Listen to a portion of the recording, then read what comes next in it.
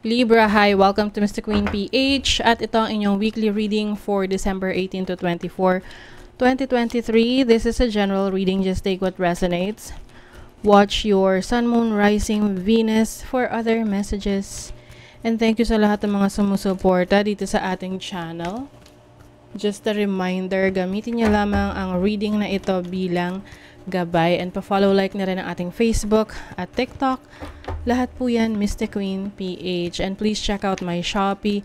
Available ang mga protection and prosperity items, bracelets, zodiac sign bracelets, and many more. Link on the description. So let's see, Libra. Ano yung ganap sa inyo this week? For Libra, overall energy, wow, the world. May achievement kayo, accomplishment this week. And some of you naman, maaring merong magko-close na chapter in your life to start something new. And this is something na you will be very proud of. Pwede rin meron kang opportunities abroad or mga business opportunities abroad or work opportunities na pwedeng online, pwedeng talagang kailangan ng travel. So your challenge is the Knave of Wands. May mga gusto kayong puntahan na pwedeng tatamarin kayo this week. Okay, ayan o, the Hanged Man. Your opportunity is the Hanged Man. This is about reassessing your situation, yung mga decision making mo, taking a pause. So, meron kang opportunity na makapagpahinga, wag masyadong maggagala. Oo, kasi may challenge sa inyo yung Knave of Wands eh. So, maaring meron kayong pupuntahan na for some reasons tatamarin ka or pwedeng hindi matutuloy. Okay? So, your blessing is the Three of Coins, which is growth in your money area, your finances. Yung iba sa inyo, collaboration with others sa business. Yung iba, yung inyong negosyo is unti-unti nyo ng napapalago, no? Dumadami na yung inyong kinikita, or iba naman sa inyo is nagpapalawak na ng network, nagpapalawak ng business, may mga branches na, ganyan. May mga investors na, ayan. And some of you naman, pwedeng sa trabaho, merong mga opportunities for you to learn, to improve your skills through training and mentoring with others. So let us clarify, what is the world? Two of Cups, o yung mga inaasikaso na papeles, lalo na may kinalaman sa business partnership or romantic relationship.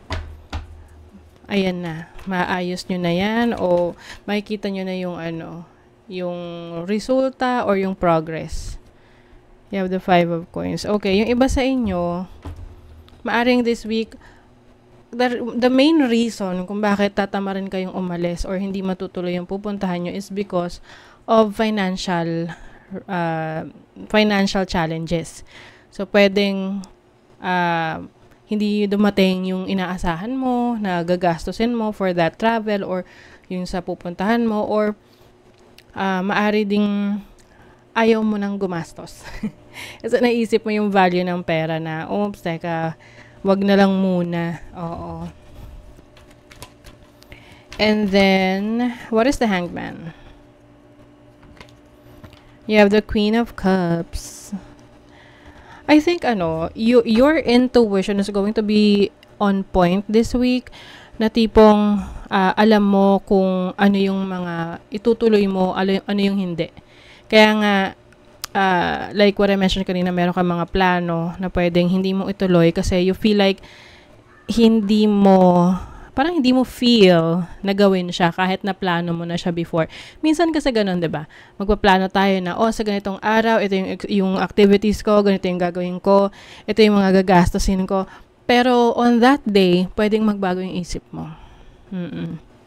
So it seems na this is for a good reason. And I also see someone here na may opportunity na kilalanin ng isang tao ng mas malalim pa. O para magbibigyan ka ng pagkakataon na makausap to, maka heart to heart, ganyan, heart to heart talk. What is the 3 of coins? The strength card. Okay. Whatever this is that you are dealing with, especially sa business, magbibigay or magdadala to sa'yo ng very strong foundation. Okay? Yung iba maglalakas loob talaga na palawakin kung ano yung mga nasimulan ninyo. Dahil naniniwala kayo sa sarili ninyong kakayanan. Yun naman ang importante dyan. You believe in yourself. Self-reliance, autonomy. Oo, yung iba sa inyo, you might be going out, connecting with nature, pwedeng with your family. But I think may time ka rin sa sarili mo na kahit mag-isa ka lang, you will go out with nature. Meron kayong mga taong iiwasan. Okay, I think meron na nakikita rito na nakapagplano na pupunta sa family reunion, high school reunion, or kung ano pang reunion na naplano nyo. Kaya lang, nalaman nyo na yung isang tao na yan, or kung sino mang tao na yan na hindi nyo gustong makita or makasama, pupunta rin. So, kaya hindi nyo na itutuloy. Yes.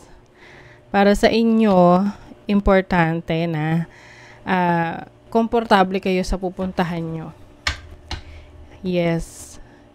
Ayan medyo parang kayo, yung walls ninyo medyo mataas ngayon. Tipong ayaw nyong makipag-deal sa iba na, minsan kasi kailangan na lang nating iwasan kaysa magkaroon pa ng conflict pag nagkaroon ng kitaan. Oo.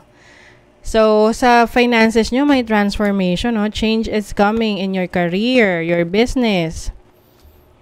Mag-ingat sa mga nangangako sa inyo, kasi hindi naman lahat yan, tutuparin. Ayan yung tipong, alam na nila sa sarili nila na hindi nila tutuparin, pero ipapangako pa rin. So, talagang sa career, meron kayong, merong collaboration with others. Maaring mapapasama ka sa isang grupo na meron kayong goal. Yan. So, ma-achieve nyo yan. And then, meron ditong past life sa relationship. Okay. Past life connection or person from the past. Ayan. Maliliwanagan ka na. Yung iba sa inyo, kung meron pa rin kayong issue sa past ninyo, sa nakaraan ninyo, ngayon, you will realize na hindi mo na pala kailangang isipin pa yung past. Mag-focus ka na lang sa future mo or yung ibang options na available sa'yo. So, ibig sabihin, marami pang ibang options. Marami ka pang pwedeng pagpilian. May mga landas na pwede mong tahakin. May mga bagong opportunities na mag-open up sa'yo. Whether, sa personal relationships mo or romantic connections, friendships. But I think you know what you want right now. Okay? Alam mo na kung anong gusto mo. So, let's see what else. Speak up. If you avoid conflict to keep the peace, you start a war inside yourself. Ayan. Diba yung iba may iiwasan? So, maaring, mag-decide ka na magpalakas ka ng loob na kausapin na kung sino man to na iniiwasan mo. Para, diba, masettle kung ano yung dapat masettle. So, that is your reading, Libra. Kung nagustuhan nyo ito, naka-resonate kayo, mag-comment kayo dyan, like, share, subscribe, para lagi kayong updated sa ating mga readings. Thank you so much, Libra. See you again.